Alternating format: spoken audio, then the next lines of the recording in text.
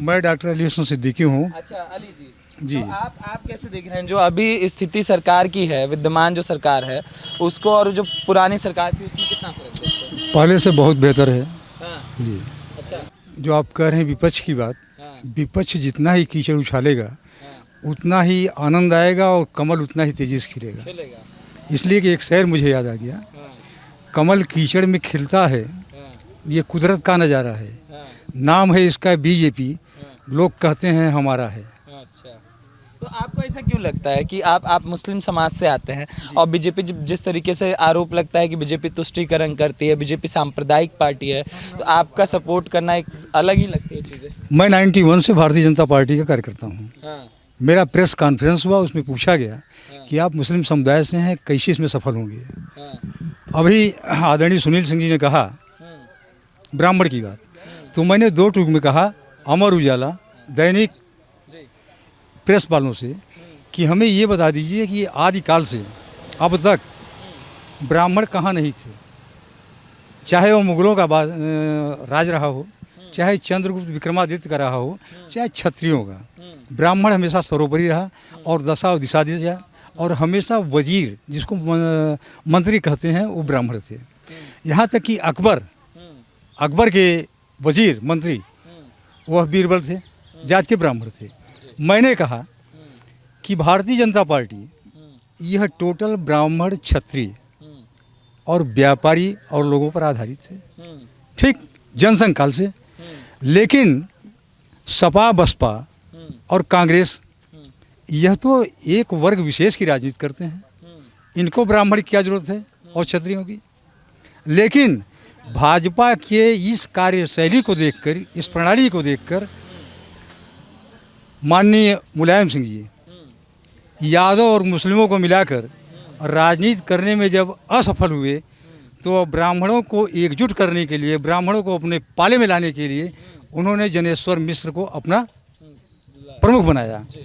इसी तरह से मायावती जी को जब लगा कि दलितों को एक करके और मुस्लिमों को एक करके मैं सत्ता पर कब्जा जमा लूँगी, वह असफल होती देखकर अपने को उन्होंने भी सतीश मिश्रा को लाया।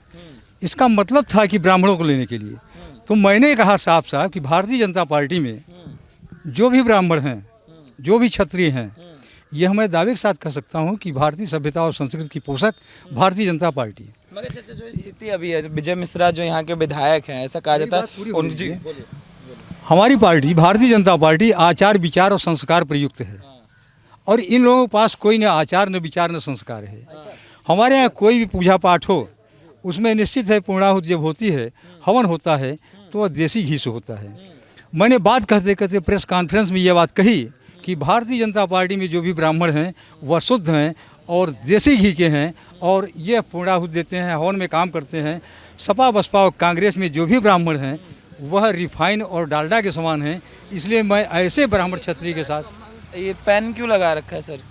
ध्यान से मोदी जी भी लगे हुए हैं। जी, यह मेरा टारगेट है, मेरी एक पहचान है। इसलिए कि कई लोगों ने मुझसे पूछा डॉक्टर साहब 5 पेन क्यों लगाते हैं, तो भारतीय जनता पार्टी के एक सिद्धांत है पंचनिष्ठा।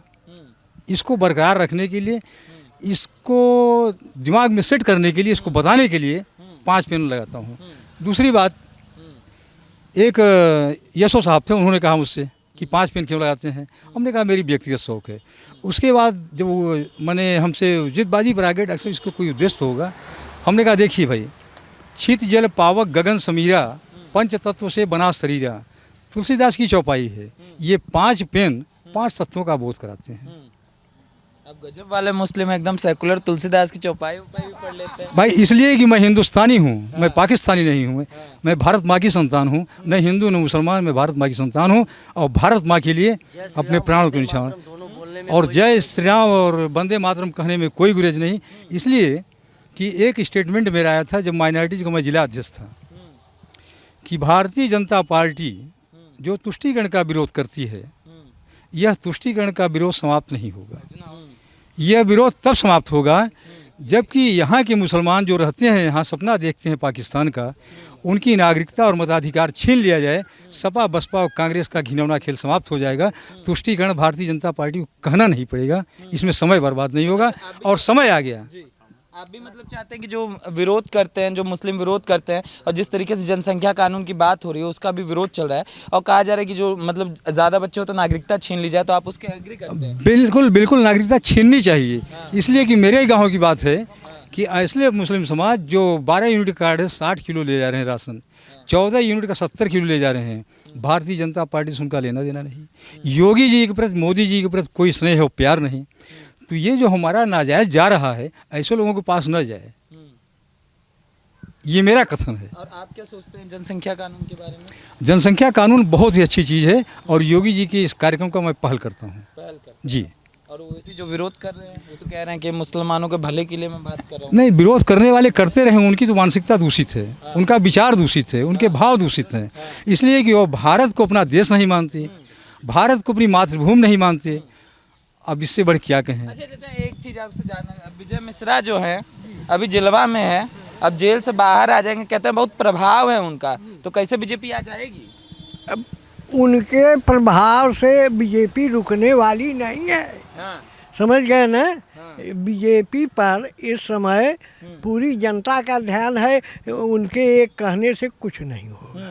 जी, तो आपको चाचा काय अच्छी लगे तो बीजेपी? बीजेपी हम बचपन से हाँ, आज तक इसके कार्यशैली को देखते आया हूँ।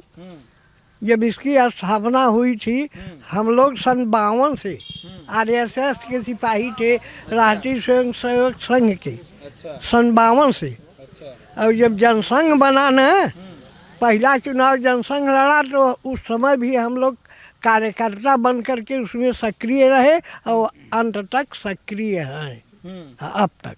अब तक है जी। अच्छा, तो आप सबका कार्यकाल देखें, ये अखिलेश और मायावती के काल में कैसा था उत्तर प्रदेश? अरे अराजकता फैल चुकी थी। ये कोई जब मायावती का शासन आता था तो हरिजन कहते थे कि छुओ मत हमको, 440 बोलता हूँ।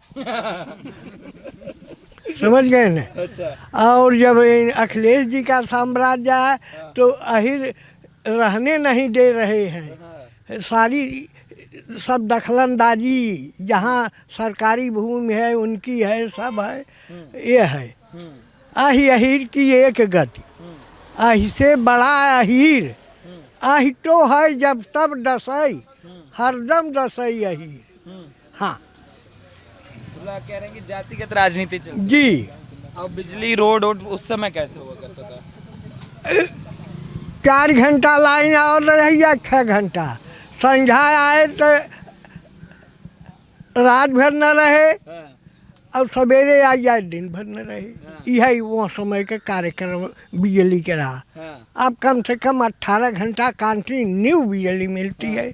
हम किसानों के लिए चाहे धान का खेत भरें, चाहे मड़ाई करें, चाहे जो करें, सारी व्यवस्था बिजली से हम लोग पूरी कर ले रहे हैं। अच्छा, किसान बोले थे बीजेपी वाले किसान के खाए ले गए अंकुल? नहीं नहीं, ये सब फजूल बात है। वो जो लंबी लंबी जमींदार हैं जो कि 100 500 एकड़ जमीन रखे हुए हैं, उनके विपक्ष में भले हो, लेकिन आम जनता के पक्ष में ये है। हाँ, तो योगी जी बढ़िया लगे? जी जी, बढ़िया है। हाँ, ये आपका शुभ नाम क्या है चाचा? त्रिलोक विजयी पाठक। पाठक जी, पंडित जी हैं? जी जी, पंडित जी हैं। हाँ। अच्छा, मायावती अभी कह रही थी कि मंदिरवा हम बना देंगे, उन्होंने कहा पाठक जी कि मंदिर हम बना देंगे, हमको वोट दे दीजिए, योगी जी नहीं बना पा रहे। अब तक बन चुका मंदिर हुआ, वो का बनाई दी।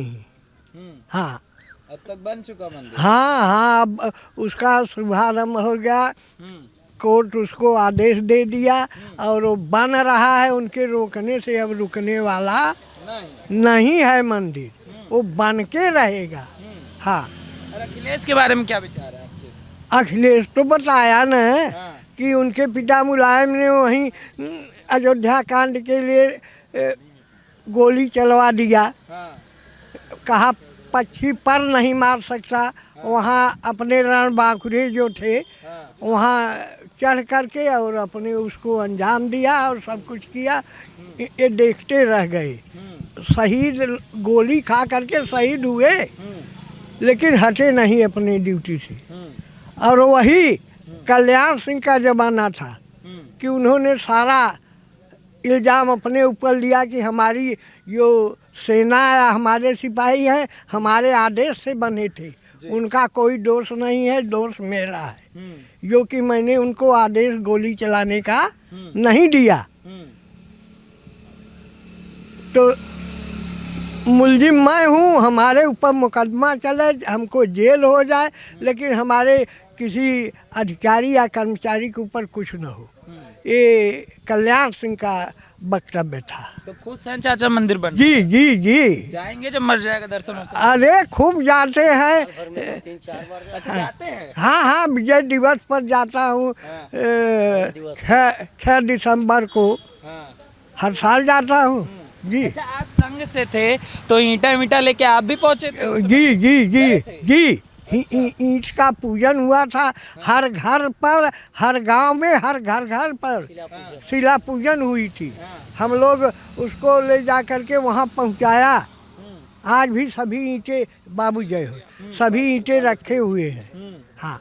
तो कैसे लेके गए थे चाचा? पैदल पैदल आप लोग अयोध्या गए थे? कैसे गए थे जब ईंट लेके? अरे ईंट तो पहुँच इतना चुकी। सिक्योरिटी मतलब थी तो कैसे गए थे आप लोग? हम लोग खेतों और बीच रास्ते से जिसमें पुलिस न मिले उन रास्तों से पैदल, साइकिल से किसी तरह छुपते छुपाते वहाँ तक पहुँचे थे जी। और उस समय जब गोलियां चल रही थी तो आप देखे थे उस समय का? जी देखे थे? जी, वो समय हम लोग वहाँ मौजूद थे। अच्छा, जी। तो बताइए।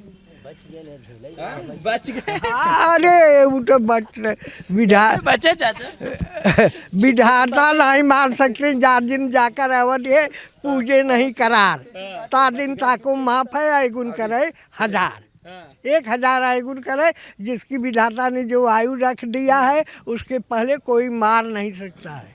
अच्छा चाचा, सब बताते हैं कि मार मार के नदी में फेंक दिया था, देख रहे थे आप उस समय? जो के बता रहे थे कि गोलियां जब चली थी मार मार के सबको सरयू में फेंक दिया था।